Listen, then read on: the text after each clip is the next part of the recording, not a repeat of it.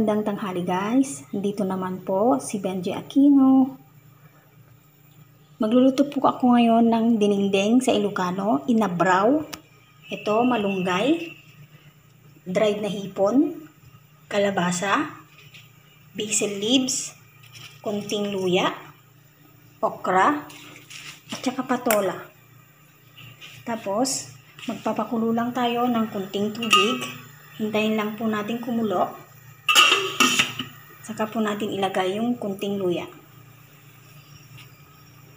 Yan po. Kunting-kunti lang po na pagpakulo. Tapos ilagay na natin yung luya. Mas gusto ko pang ito ang kinakain ko kaysa yung niluluto ko na pagkain nila lola. Kasi yung pagkain mamantika. Kagaya ngayon ang inulam ni lola yung natirang adobo. Tapos ginawan ko lang siya ng yung patola na soup, ginisa ko lang siya ng luya, tapos nilagyan ko siya ng konting basil at saka asin. Yun na yung ulam niya. Kaya sabi ko magluluto ako ng gulay. Kasi marami kaming ganito, inuwi ng anak niya. Ayaw naman nilang kainin kasi si lola pag kumakain siya ng ganito, kumakati daw yung lalamunan niya. Hindi ko alam kung bakit. Kaya ako na lang ang nag-uulam. Yan, kumukulo na konti.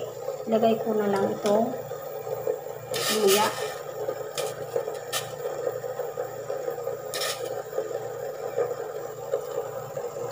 Yan. Hintayin lang natin siyang kulo ng kulo. Tapos ilalagay ko na yung kalabasa. Kasi yan yung medyo matagal maluto. Saka gusto ko yung parang nadudurog siya. Nakikita ko yung kulay niya. Nakalimutan ko lang bumili guys kanina ng ano yun, yung kamote, para sana may pampakulay pa. Masarap din yun pag ilagay.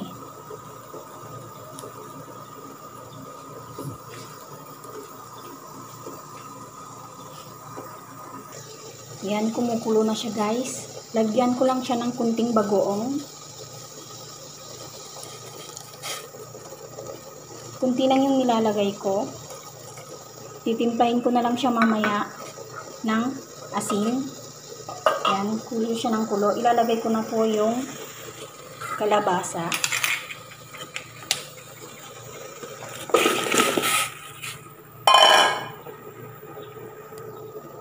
Yan. Palambutin lang natin saglit. Susunod na natin itong pagsabayin ko na ito kasi medyo madaling maluto itong okra at saka ito. Ito guys yung basil leaves. Marami pala sa atin ito, kaya lang hindi yung mga iba hindi alam ito. Pero nakikita ko dun sa mga nagluluto sa cooking fest sa YouTube. Ginagamit nila ito. Ang dami palang benefits ito. Ang dami palang benefits ito guys sa ating katawan. Maganda pala ito para sa ating katawan. Mabango siya. Nilalagay namin sa ginagawang sabaw. Yan. Kaya ginigisa namin sa itlog. Itlog. Yan guys.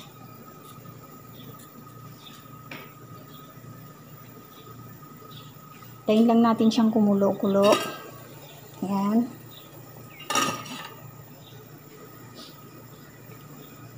Tayin lang natin siya. Mga 1 minute pwede na siguro.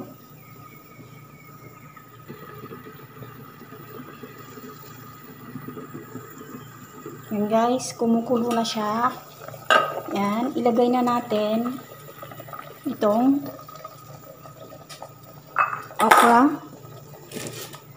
at saka patola.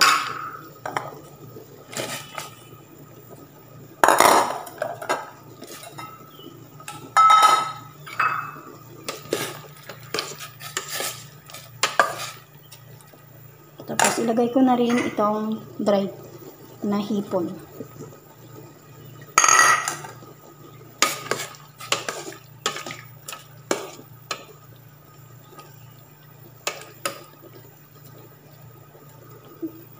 Lutuin lang natin tong guys. Tapos pagsabayin ko nang ilagay itong basil at saka itong malunggay. Mga 2 minutes pa siguro guys. Hintayin lang natin. Yan guys. Parang malambot na konti yung okra at saka yung patola. Ilagay na natin itong malunggay.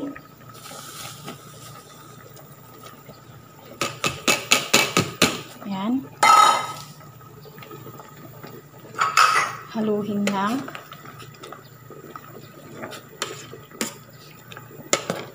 Buti na lang guys, free ako magluto dito. Tapos may nahihingian ako na isang Pinay dito. Ilocano rin na katulad ko. Nagbibigay siya ng, may tanim siya na malunggay. Shout out to you, Miss Alpa Aquino.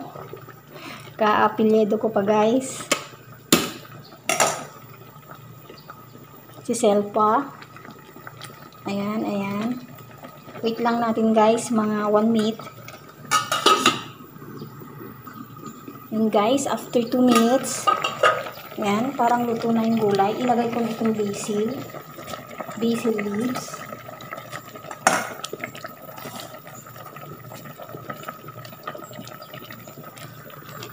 Ayan. Tikman ko lang kung may lasa.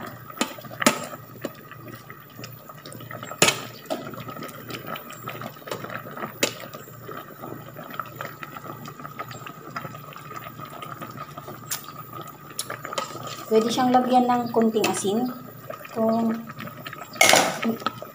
ayaw nyo yung walang lasa. Ayan. Hindi na ako naglalagay ng bitchin guys. Parang nasanay na rin ako si Lola kasi hindi niya nilalagyan ng bitchin.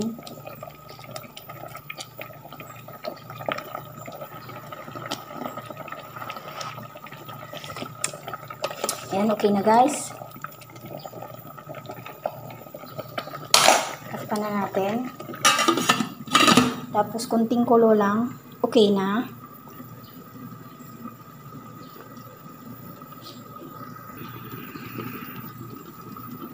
Ayan guys, okay na. Luto na yung gulay. Patayin na natin. Ilagay na natin sa ating serving bowl. Ayan. Ready na guys. Luto na yung ating ulam. Ito yung dininding. Inabraw kung tawagin sa Ilocano. Ayan. Sino po ang nakamiss dyan? Na caretaker? Ka-OFW dyan na hindi nakakaulam ng ganito? Kawawa naman kayo. Ayan. Kain ako guys.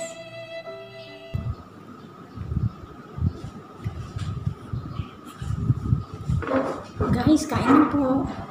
Ito na po yung linuto kong gulay, inabraw sa Ilocano.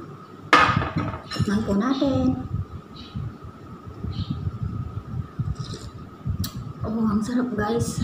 Kahit walang pritong isda. Meron naman kasi yung dried na hipon. Napakasarap guys. Kain na po. Sarap. Kain po tayo.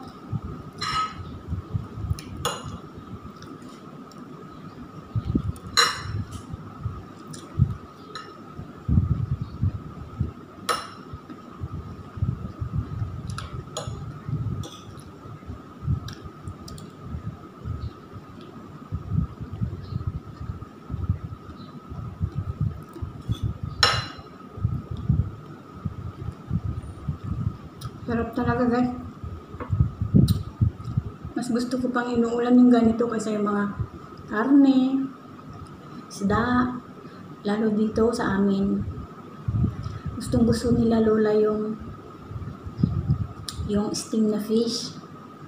Hit na hit ko kain guys kasi nalalansahan ako kahit lagyan ko siya ng luya o kaya yung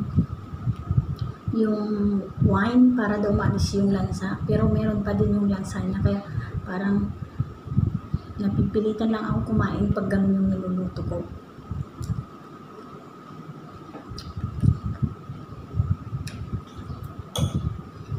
Ito guys, yung kalabasa, ang tamis.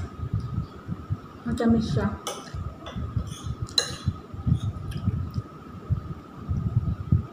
Ang sarap talaga ng dinding.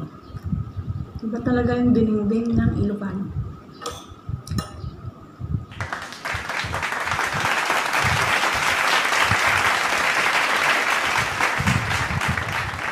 Kaya, guys, yung mga mapapadaan sa channel ko, please subscribe, like nyo po, share nyo na rin, tapos comment kayo yung related lang po sa video na ginawa ko. Maraming salamat po sa mga nanood sa mga latest na video ko, at saka manonood pa po sa mga i-upload ko. Thank you guys, bye bye.